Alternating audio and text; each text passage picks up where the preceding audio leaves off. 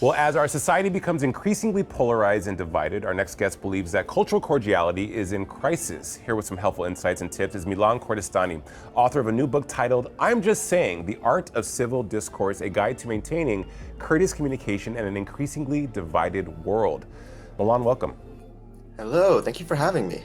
Wonderful to have you on the show. Tell us about the premise of your new book and the main message you want readers to take away. Sure. So the book I've written is called I'm Just Saying. It's a guide to maintaining civil discourse in an increasingly divided world.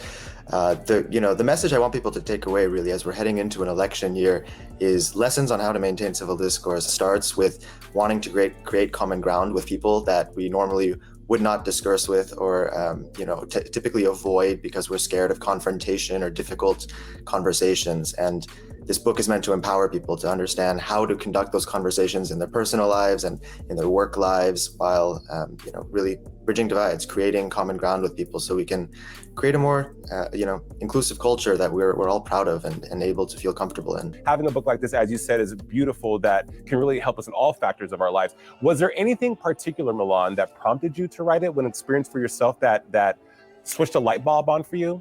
Yes, I'm an entrepreneur. I've founded a few different startups and companies that are around today, and one of them is in the publishing industry. But in general, as being an entrepreneur, you learn to develop a love of learning by making mistakes, by learning the hard way. And part of that is what incentivized this book, this idea that throughout building companies, being an entrepreneur, being a brash young man, there's a lot of lessons that you end up learning the hard way on how to become a great communicator that I wish I had known early on, because they would have not only helped me in a professional sense, but also, in the personal relationships in my life. They say that communication is successful if the person who is receiving it understands it. And if the person who sends it doesn't get that across, then you weren't a successful communicator. To what extent would you say digital media consumption is exacerbating this issue? I would say that. I think that digital communication is devoid of nuance and devoid of emotional understanding. We can't see body movements. There's just a difficulty in being able to communicate how we feel, what we actually mean online. And a lot of this book actually helps people understand how to become better communicators online and when to, take a step back and realize, are you actually fighting for something with someone that you actually care to find common ground with right now on social media? Are you just in a discursive experience with a bad faith actor? Recognizing what the intent of the conversation is, why you're in a heated, difficult conversation is a large part of how you end up conducting civil discourse and getting to a place of common ground. Yeah, intent is so important. What are some of your main tips?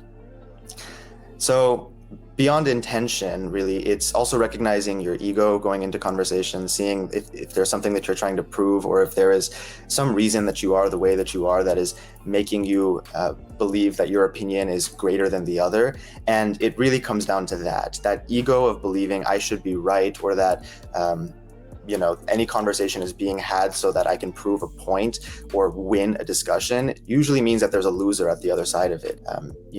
Be intentional about the conversations we're having and know how we're showing up in those conversations, whether it's our own ego or past experiences or whatever it is that's impacting the way that we converse. Author Milan Kordestani, bridging the gap and bringing people together. We'd love to see it. Thank you so much.